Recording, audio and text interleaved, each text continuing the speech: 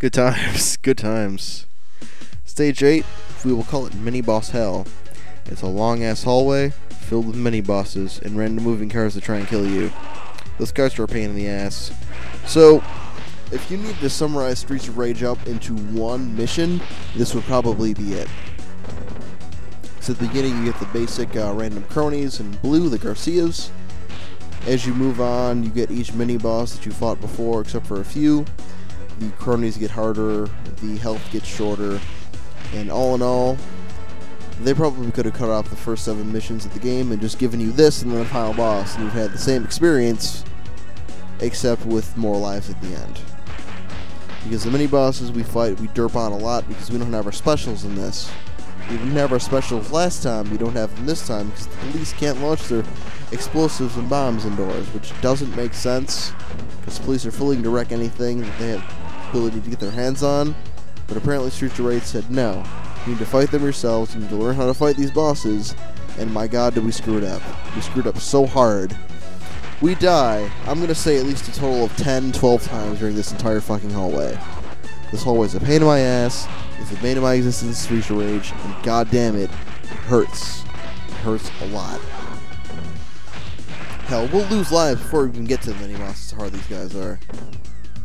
I'd like to point out too that little that Jason guy there that he just killed. A lot of things. It's kind of funny. I didn't realize at first, but his name is Jason, and he's wearing a ski mask. So you know he's kind of an homage to a serious horror character. But at the same time, the hallway is nothing until all of a sudden you realize, like the very first time you play through Streets of Rage. If you don't know.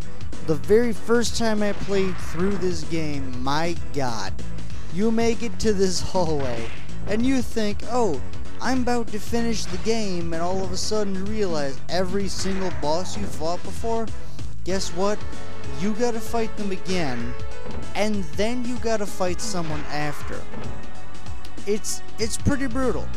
So, it's nice to see a video like this and prepare yourselves for it. Especially, nice little suplex there, and then finish them with the bottle. But it's nice to prepare yourselves, and remember that, this hallway, probably the hardest part of the game. As you'll see, especially when we fight those Hercules-looking bastards, they just freaking womp on us. They are brutal. The boomerang bastards come up first. They're not too bad. They're bad, but they're not too bad. And that right there is the first time to realize you can deflect the boomerang. It's not the last time it happens. Right there, I swing the bottle, hit a guy, and deflect the boomerang. You realize, in all honesty, the boomerang, pretty useless because you can deflect it with almost anything. Didn't know that earlier on, but you live and you learn. Then you get lugs or whatever, but well, I mean, the way we get our asses kicked, there's gonna be some defecation. So, it wouldn't hurt to have some adult diapers. But the fact of the matter is, you grandpa them bastards, I try to suplex them the best I can, we get into some combat, and in the end, and there's the suplex. In the end, the boomerang guys, even though they look like they're doing real good against us, they are doing decent, but they're just nothing compared to what's ahead of us. Oh, not even close. I mean, we at least stand a chance against these guys. I mean, I think we each lose a life apiece, but at the same time, it was only a life. It could be a lot worse. So one of them goes down, and I think taking down one at a time works a lot better than trying to fight them each equally. Because then we could both worry about one instead of both having to worry about 2 the entire time.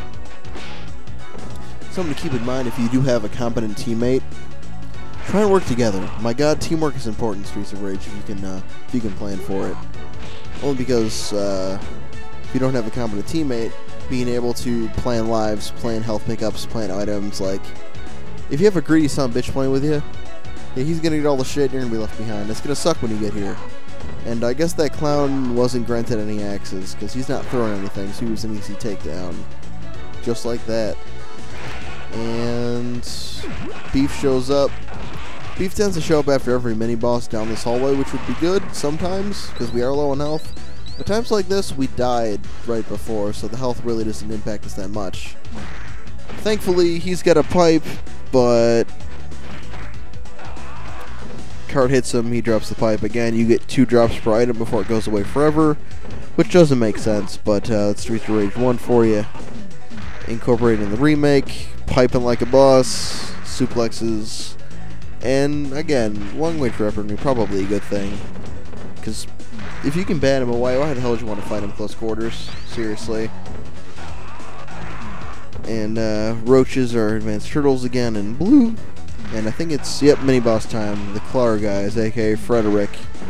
And luckily for us, he's got a pipe, which tends to help out, because you can see him piping him away there, and pipe's gone. So the general idea we had behind fighting these guys was to just jump kick them.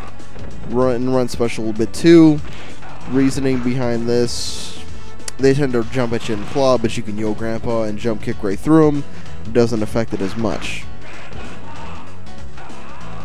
See, now the thing with Adam is that his run, dash, and jump and attack move isn't going to be as dramatic as, you know, screaming Yo Grandpa and uppercutting someone, but at the same time, that jump kick can be effective. So it's something to consider. It would be nice if they gave him some kind of line. I don't know, Yo Grandma. I don't know, something would have been great, but I don't know. I mean, something about white bitches would have been great too. I mean, he is black after all. But the fact of the matter is, do what you can to fight them.